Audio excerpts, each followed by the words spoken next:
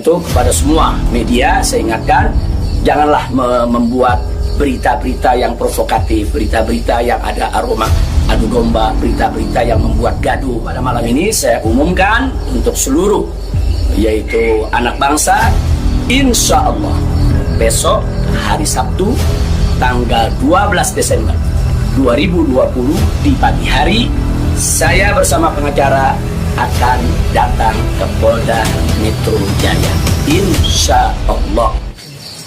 Assalamualaikum warahmatullahi wabarakatuh.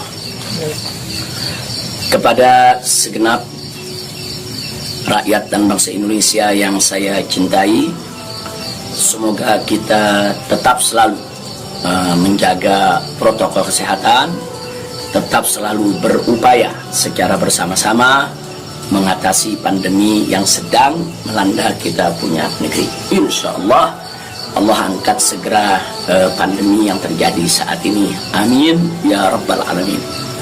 Nah, kepada seluruh masyarakat, dalam kesempatan ini saya ingin menyampaikan hal yang saya pandang sangat penting sekali berkaitan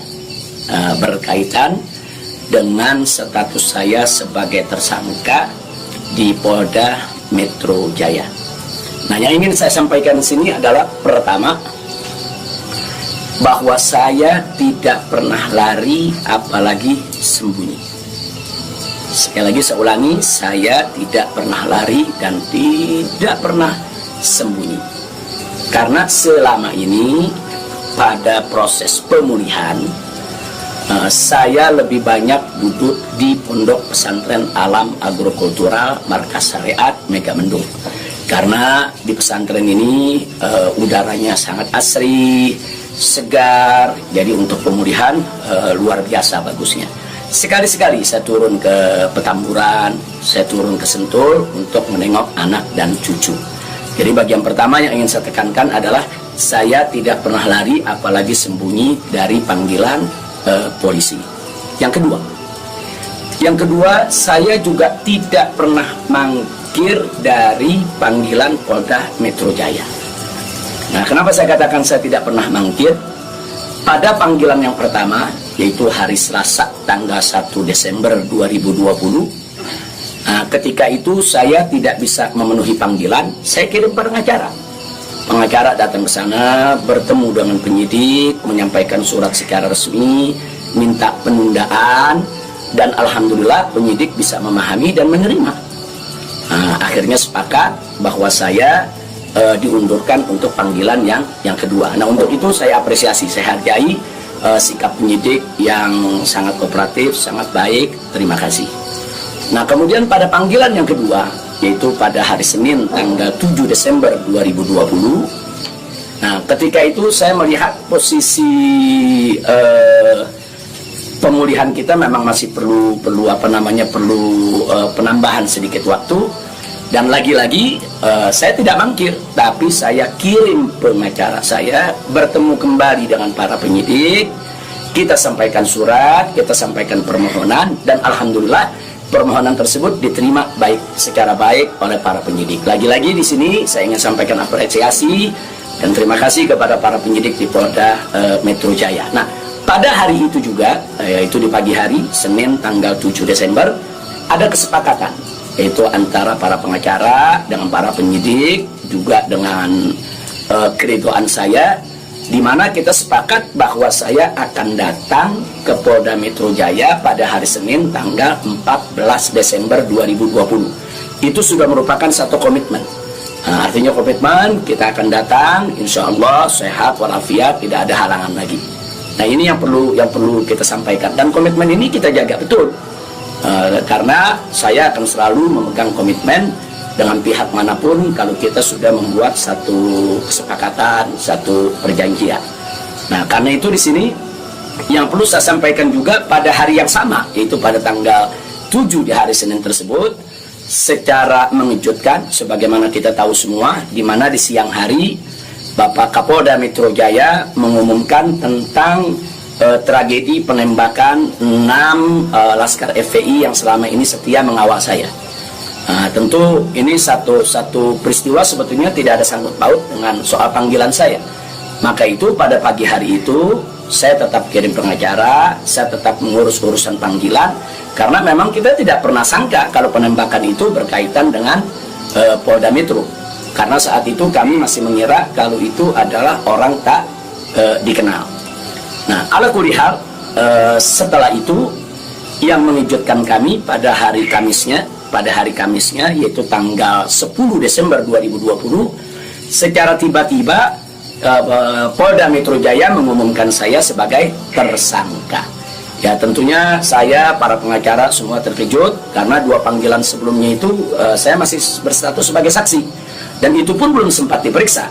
Rencana pemeriksaan tanggal 14 Desember, itu hari Senin yang akan datang ini. Nah, tapi karena memang pengumumannya begitu mengejutkan, pada hari Kamis tersebut saya sebagai tersangka, kemudian mendengar itu tidak benar kalau ada mengabarkan saya sembunyi, saya lari, tidak benar. Saya tetap berada di markas syariat Megamendung. Nah, begitu hari Kamis ada pengumuman semacam itu, Jumat pagi tanggal 11 Desember itu kita kirim lagi para pengacara untuk bertemu dengan penyidik, dan alhamdulillah terjadi pertemuan dengan penyidik. Nah, ditanyakan oleh para pengacara bagaimana komitmen yang hari Senin tanggal 14, apa itu batal atau bagaimana. Nah, kalau saya pribadi ingin tetap berpegang kepada komitmen, karena kita ini ustadz, dai, bergerak di bidang agama, tidak layak kalau kami itu membatalkan perjanjian atau suatu komitmen. Nah, kita dapat jawaban dari para penyidik. Kelihatannya mereka tidak mau menunggu sampai hari Senin, mereka minta lebih cepat. Nah, pada saat itu juga para pengacara minta kepada para penyidik, ya Habib Rizik siap dipanggil kapan saja, tapi tolong surat panggilannya dibuat, surat panggilan sebagai tersangka. Kami tidak pernah terima. Tapi kelihatannya para penyidik agak keberatan untuk mengeluarkan surat tersebut. Akhirnya terjadi kesepakatan, kalau begitu cobalah bagaimana caranya supaya Habib bisa lebih cepatlah ke Polda Metro Jaya. Jadi artinya mereka tidak mau melanggar komitmen juga, karena memang komitmennya pada tanggal 14 siap diperiksa. Nah, kita katakan melalui pengacara, kami bukan orang-orang yang suka ingkar janji, bukan orang-orang yang suka mengingkari komitmen yang ada. Tapi karena memang Polda Metro Jaya meminta lebih cepat, lebih baik menurut beliau, saya terima. Nah, karena itu pada malam ini saya umumkan untuk seluruh, yaitu anak bangsa, insya Allah besok hari Sabtu tanggal 12 Desember 2020 di pagi hari, saya bersama pengacara akan datang ke Polda Metro Jaya, insya Allah.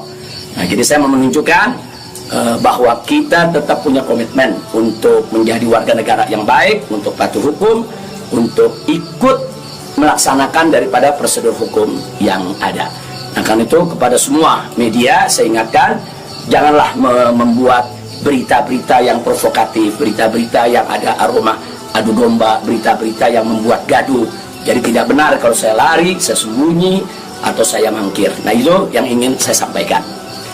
Nah, selanjutnya saya ingin menyampaikan kepada Polda Metro Jaya agar tidak terjadi kerumunan, agar tidak mengambil perhatian daripada masyarakat, agar juga tidak ada pihak ketiga yang memanfaatkan yaitu momentum soal penjemputan saya ini sehingga bisa menimbulkan kegaduhan. Maka itu saya minta kepada Polda Metro Jaya tidak perlu untuk mengerahkan kekuatan secara berlebihan. Bahkan menurut saya tidak perlu ada penjemputan, tidak perlu ada pengerahan pasukan. Itu hanya akan mengeluarkan biaya yang banyak, kemudian ditambah lagi juga menguras tenaga, dan yang paling berbahaya adalah mengundang perhatian masyarakat sehingga nanti terjadi kerumunan. Nah, begitu terjadi kerumunan, nanti ada pihak ketiga sebagai provokator membuat kegaduhan, dan ini akhirnya bisa merugikan kita semua. Nah, jadi tidak usah khawatir, tidak perlu ada pengerahan kekuatan, tidak perlu ada pengerahan pasukan. Insya Allah besok hari Sabtu pagi tanggal 12 Desember 2020 saya akan diantar oleh para pengacara saya. Nah, untuk memenuhi panggilan atau memenuhi yaitu panggilan atau rencana pemeriksaan yang akan dilakukan oleh Polda Metro Jaya sesuai dengan aturan yang berlaku. Nah, ya, yang berikutnya yang tidak saya lupakan kepada seluruh umat Islam. Kepada seluruh umat Islam, saya minta juga tidak membuat kerumunan. Nah, jadi jangan sampai mengganggu daripada proses hukum ini. Sabar, tenang, ikuti proses hukum ini dengan baik, sesuai dengan aturan yang ada. Banyak-banyak berdoa. Nah, mudah-mudahan semua berjalan dengan baik. Insya Allah Allah memberikan keamanan, keselamatan, kemenangan, dan lain sebagainya. Jadi tolong jangan buat kerumunan karena kita sudah punya komitmen. Bagaimana untuk tetap menjaga protokol kesehatan, bagaimana kita bersama-sama dengan semua komponen anak bangsa yang ada untuk mengatasi pandemi di kita punya negeri. Nah, jadi sekali lagi saya ulangi kepada Polda Metro Jaya, saya minta tidak perlu untuk mengerahkan pasukan, apalagi secara berlebihan, karena akan mengundang perhatian, mengundang kerumunan, bahkan bisa memberi kesempatan kepada pihak ketiga, provokator, untuk membuat kegaduhan. Nah, ini kalau ini terjadi, akhirnya kita semua rugi. Nah, tidak usah khawatir, saya pegang komitmen, insya Allah besok hari Sabtu pagi saya akan hadir di Polda Metro Jaya bersama para pengacara saya. Dan kepada umat Islam sekali lagi, jangan bikin kerumunan. Apalagi sebab kalau bikin kerumunan lagi nanti ada provokator, ribut lagi, gaduh lagi. Saya tidak mau ada kegaduhan, saya tidak mau ada kerumunan. Saya ingin pemeriksaan itu berjalan secara baik sesuai dengan undang-undang yang berlaku. Dan kepada masyarakat cukup doakan dari rumah agar saya, begitu juga para pengacara semua, diberikan kekuatan oleh Allah Subhanahu wa Ta'ala. Itu saja. Terima kasih. Jazakumullahu khairal jaza. Wassalamualaikum warahmatullahi wabarakatuh.